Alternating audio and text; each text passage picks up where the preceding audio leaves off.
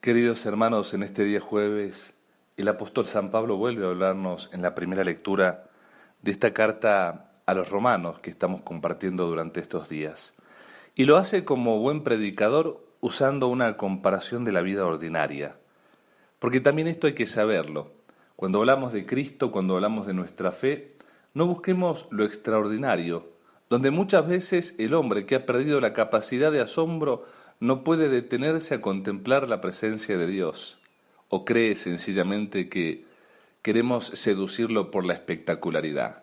Dios no habla en la espectacularidad, habla en el silencio del corazón, habla en lo cotidiano de nuestra vida. Solamente hace falta abrir el oído para escuchar su voz, abrir el corazón para percibir la presencia de Dios. Y así, dice el apóstol, como en otros tiempos pusieron sus miembros al servicio de la impureza y de la maldad hasta llegar a la degradación, así ahora pónganlos al servicio del bien, a fin de que alcance su santificación. Cuando ustedes eran esclavos del pecado, no estaban al servicio del bien. ¿Y qué frutos recogieron entonces de aquello que ahora los llena de vergüenza? Ninguno, pues son cosas que conducen a la muerte. Pero ahora, miren lo más importante, libres ya del pecado y entregados al servicio de Dios, dan frutos de santidad que conducen a la vida eterna. Y esto que siempre olvidamos, el apóstol nos lo recuerda. En una palabra, el pecado nos paga con la muerte. Este es el salario del pecado. Siempre paga mal, siempre paga con la muerte.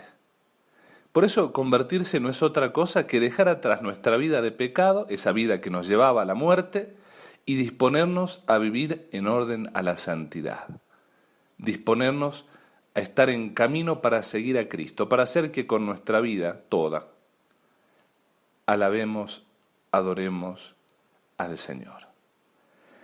Por eso cada día nosotros empezamos este camino de conversión pidiéndole a Dios que nos dé su gracia, esa gracia que sobreabunda por encima de nuestro pecado, esa gracia que nos abre las puertas de la vida eterna, pero una gracia que nos invita a confiarnos en el Señor y también a actuar en su nombre para que esta gracia se multiplique. El cristiano especulador no llega al reino de los cielos, porque es ese cristiano que anda regateando, que anda escondiendo la gracia que posee y finalmente termina perdiéndola por la asedia o por la pereza espiritual. Es importante entender que estamos llamados a multiplicar los talentos y esta herencia espiritual que el Señor nos ha regalado el día de nuestro bautismo. Y por eso hoy no debemos asustarnos de definirnos como cristianos, conlleva también distinguirnos como tales. Y esto puede generar división, sí. Y esto puede generar discriminación, sí. Y esto puede generar algún reproche, por supuesto que sí.